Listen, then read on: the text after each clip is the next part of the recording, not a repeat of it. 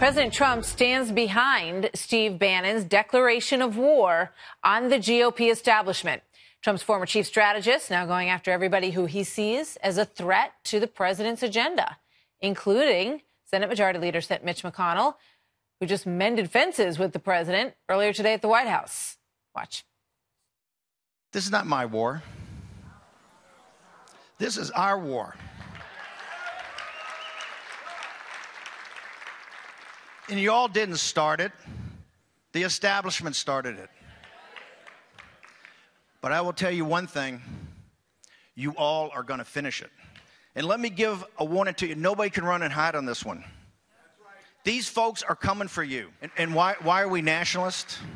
It's not ethno-nationalism. These guys can run that drill all they want. It's economic nationalism.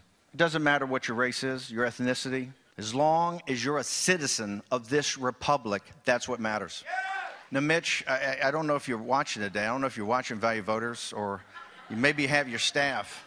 But if I can take a little riff on Plutarch and Shakespeare, up on Capitol Hill, because I've been getting calls, it's like before the Ides of March, right? The only question is, and this is just an analogy or metaphor, whatever you want to call it, they're just looking to find out who's going to be Brutus to your Julius Caesar. We've cut your oxygen off, Mitch. The president responding to those comments earlier today. Watch this. Steve is doing what Steve thinks is the right things. The Republican Party is very, very unified. When we get things approved, we have to go through hell because we have no Democrat support, massive tax cuts. We may not get any Democrat vote. That's because they're obstructionists, and they just basically want us to do badly, but that's not going to happen. Here now with his reaction, former Speaker of the House, Fox News contributor, Newt Gingrich, also author of the new book, Vengeance. Newt, good evening. Good to see you tonight. So I want to get your thoughts first. You had called what Steve Bannon is trying to do in terms of inciting civil war within the GOP stunningly stupid. And that was the latest sort of monologue that he presented at the Value Voters. What did you think of that? Well, I think that it is exactly the wrong strategy. And if you'll notice, when the president spoke, who did the president say are the problem? The Democrats. The fact is the 48 Democrats consistently vote no.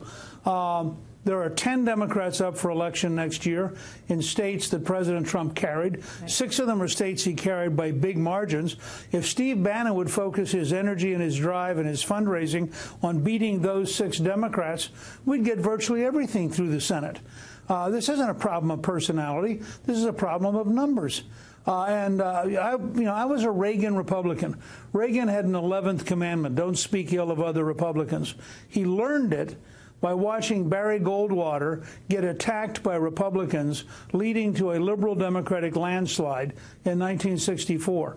So my whole career has been spent focused on how do I elect more Republicans, not how do I cannibalize Republicans. And I just think Bannon is going to spend an enormous amount of money on the wrong targets in the wrong way. Yeah. What we need to focus on is let's beat the Democrats who vote no. Let's not go out and pick fights with Republicans. Yeah, in fact, Mitch McConnell sort of reminded him of that today. He went through a laundry list of people like Todd Akin, Christine O'Donnell, Murdoch. He mentioned a number of them, sort of saying, let's learn from the lessons of the past. Right. I mean, that's what the danger is here. Look, if we had the 4 seats that were thrown away by running candidates who couldn't be elected, we would be at a 56-vote majority. If we had a 56-vote majority, we'd have passed the repeal of Obamacare. So I think the goal here should be, I know people focus on the 3 Republican no votes, none of whom, by the way, can be beaten in 2018, because 2 of them aren't running, and Susan Collins is going to get reelected in Maine, period. So the people focus on the 3 Republicans. There were 48 Democrats. That is 16 Democratic no's for every Republican no. And I think Republicans ought to be focused on beating the Democrats who don't vote with us. And this tax bill is going to be a perfect example. If you're from Montana, North Dakota, Missouri, Indiana, and you end up voting against this tax cut, you're going to have a hard time, I think, getting reelected. I want to get your quick thought on Iran before I ask you about the book. But, you know, you wrote a piece on this today, and, you know, the president is now saying he'll terminate the deal if he has to. Well, the president's putting pressure on the Congress and on our European allies. I wrote, and I really believe this, it was a courageous decision. It was the right decision. It's a very measured decision. It's one that his entire team came together. They talked about it for over 6 weeks. They took exactly the right step. They did not renew certification, but they didn't break the deal. What they did is they said to the Congress, you have 60 days now to find a way to improve this.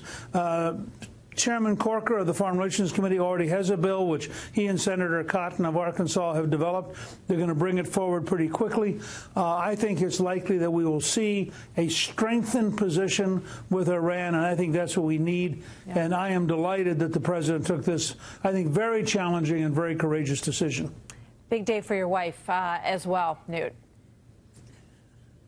It is. I'm so proud of Callista, and we're frankly grateful to the president for nominating her to be the ambassador to the Vatican. It is something she really, really wants to serve the country. She's very excited by the opportunity, and she realizes how big a challenge it's going to be. If you're the communications bridge between Pope Francis and President Trump, you're going to have a really big job. You're going to have an interesting time. It's an extraordinary opportunity, and we wish her well. It's good to see you. Thanks, Newt. Good to see you. Thank you.